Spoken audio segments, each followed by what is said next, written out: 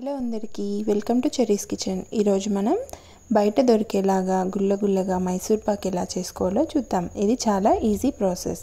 దీనికోసం మందంగా ఉన్న ఒక గిన్నెలోకి 1.5 కప్ అంత షుగర్, ఒక హాఫ్ కప్ వాటర్ వేసుకొని దీన్ని మనం బాగా తీగ పాకం వచ్చేదాకా మిక్స్ చేసుకుంటూ ఉండాలి। వాటర్ అనేది మనం తక్కువగానే వేసుకోవాలి, ఎక్కువ వేసుకుంటే పాకు రావడానికి టైం పడుతుంది।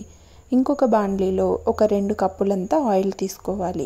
ఏ కప్పుతో అయితే పిండి తీసుకుంటామో అదే కప్తో ఆయిల్ తీసి దాన్ని స్టవ్ పైన పెట్టుకోవాలి। ఇలా రెండు పక్కపక్కనే పెట్టి మనం ఈ ప్రాసెస్ స్టార్ట్ చేయాలి। ఈ షుగర్ అంతా బాగా కలుపుకుంటూ ఇలా మనం చెక్ చేసుకుంటూ ఇలా ఒక తీగ పాకం వచ్చినప్పుడు మనం ముందుగా జల్లించి పెట్టుకున్న శనగపిండి ఉంటుంది కదా, అది మొత్తం వేసి బాగా దీన్ని కలుపుకోవాలి। గరిటెతో సరిగా కలవనప్పుడు మనం విస్కర్ తీసుకొని ఈ విధంగా బాగా మిక్స్ చేసుకుంటే మనకి అస్సలు ఉండలు లేకుండా బాగా మిక్స్ అయిపోతుంది। చూస్తున్నారుగా, ఇలా మనం అంచులకున్న పిండిని మొత్తం ఇలా మిడిల్లోకి తీసుకుంటూ మనం విస్కర్తో బాగా మిక్స్ చేసుకోవాలి। ఈ ప్రాసెస్ చేసే అప్పుడంతా మనం మంటని మీడియం ఫ్లేమ్లో పెట్టుకోవాలి। ఇలా మొత్తం అంతా ఉండలు లేకుండా క్లీన్గా మనం మిక్స్ చేసుకున్న తర్వాత విస్కర్ని పక్కకు పెట్టేసి ముందుగా యూస్ చేస్తున్న గరిటెనే తీసుకుంటూ బాగా కలుపుకోవాలి। ఈ పిండి అనేది మనకి కొంచెం కుక్ అవ్వాలి। ఈ పిండి ఇలా కొంచెం ఉడుకుతూ కొద్దిగా దగ్గర పడేదాకా మనం ఉడికించుకున్నాక ముందుగా స్టవ్ పైన ఆయిల్ పెట్టుకున్నాం కదా, ఆ ఆయిల్ని కొద్దిగా యాడ్ చేసుకుంటూ మనం చేసుకోవాలి। ఇలా ఒక గరిట అంత ఆయిల్ వేసి ఆ ఆయిల్ అంతా పిండిలోకి బాగా మిక్స్ అయ్యేదాకా మిక్స్ చేసుకోవాలి।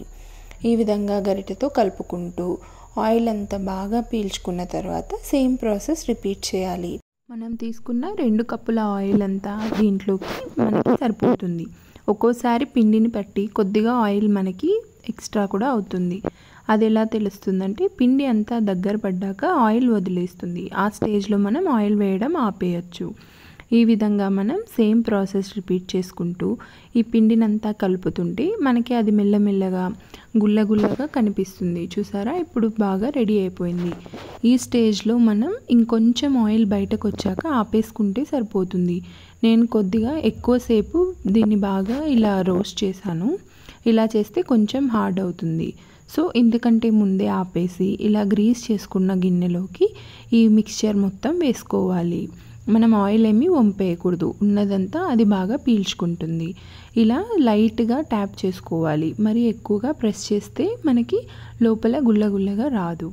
ఇలా చేసుకున్నాక ఒక 5 మినిట్స్ తర్వాత దీన్ని ఒక చాకుతో బాగా పీసెస్ కోసుకోవాలి। మనకి ఏ విధంగా అయితే షేప్స్ కావాలో ఆ విధంగా బాగా లోపలికి కట్ చేసి పెట్టుకుంటే చల్లబడ్డాక దాన్ని తీసుకోవడానికి ఈజీగా ఉంటుంది।